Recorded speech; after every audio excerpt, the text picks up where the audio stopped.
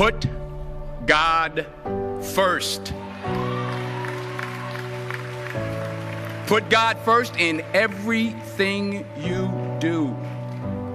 Everything that you think you see in me, everything that I've accomplished, everything that you think I have, and I have a few things, everything that I have is by the grace of God. Understand that. It's a gift. 40 years ago, March 27th, 1975, it was 40 years ago, just this past March, I was flunking out of college. I had a 1.7 grade point average. I hope none of you can relate. I had a 1.7 grade point average. I was sitting in my mother's beauty shop. They still call it beauty shops now? What they call it now? Yeah, I was sitting in the beauty parlor. I was sitting in my mother's beauty parlor, and I'm looking in the mirror, and I see behind me this woman under the dryer. And every time she looked up, every time I looked up, she was looking at me, just looking me in the eye. And I didn't know who she was, and I said, she said, somebody give me a pen, give me a pencil, I have a prophecy. March 27, 1975, she said, boy, you are going to travel the world and speak to millions of people. Now, mind you, I was flunked out of college.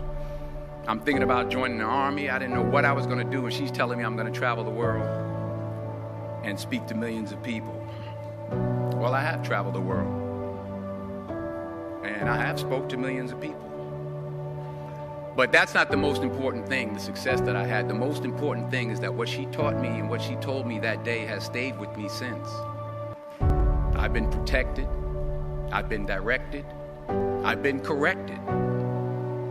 I've kept God in my life, and it's kept me humble. I didn't always stick with him, but he always stuck with me. So stick with him in everything you do. If you think you want to do what you think I've done, then do what I've done and stick with God. Number 2, fail big. That's right. Fail big. Today's the beginning of the rest of your life, and it can be very frightening. It's a new world out there. It's a mean world out there, and you only live once. So do what you feel passionate about. Take chances professionally.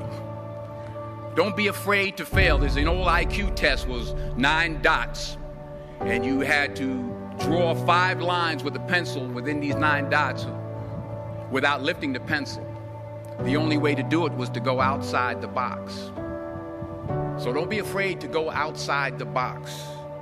Don't be afraid to think outside the box. Don't be afraid to fail big, to dream big. But remember, dreams without goals are just dreams, and they ultimately fuel disappointment.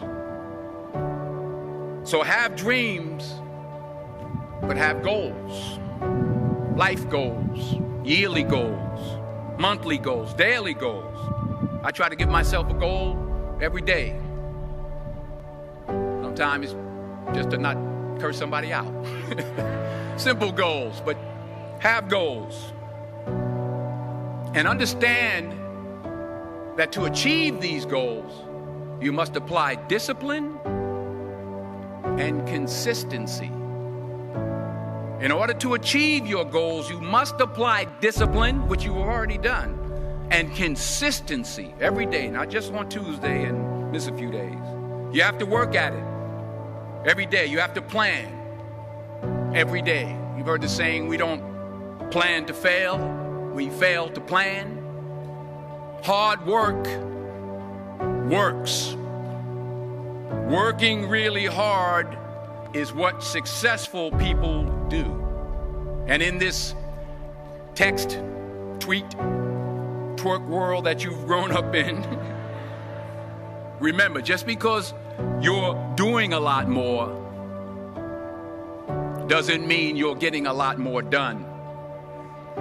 Remember that. Just because you're doing a lot more doesn't mean you're getting a lot more done. Don't confuse movement with progress. My mother told me, she said, yeah, because you can run in place all the time and never get anywhere. So continue to strive, continue to have goals, continue to progress. Number 3, you'll never see a U-Haul behind a hearse. I'll say it again. You'll never see a U-Haul behind a hearse. I don't care how much money you make, you can't take it with you. And it's not how much you have. It's what you do with what you have. We all have different talents. Some of you will be doctors, some lawyers, some scientists, some educators, some nurses, some teachers. Yeah, okay. Some preachers. The most selfish thing you can do in this world is help someone else. Why is it selfish? Because the gratification, the goodness that comes to you, the good feeling that I get from helping others, nothing's better than that. Not jewelry, not big house I have, not the cars, but it's the joy. That's where the joy is, in helping others. That's where the success is. Finally, I pray that you put your slippers way under the bed tonight, so that when you wake up in the morning, you have to get on your knees to reach them. And while you're down there, say thank you for grace. Thank you for mercy. Thank you for understanding. Thank you for wisdom. Thank you for parents. Thank you for love. Thank you for kindness. Thank you for humility. Thank you for peace. Thank you for prosperity. Say thank you in advance for what's already yours. That's how I live my life. That's why I am, one of the reasons why I am today.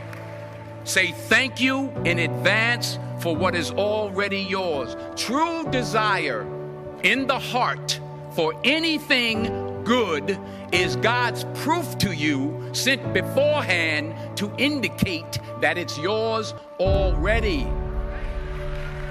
I'll say it again. True desire in the heart, that itch that you have, whatever it is you want to do, that thing that you want to do to help others and to grow and to make money, that desire, that itch, that's God's proof to you, sent beforehand already to indicate that it's yours. And anything you want good, you can have. So claim it. Work hard to get it. When you get it, reach back. Pull someone else up. Each one, teach one. Don't just aspire to make a living.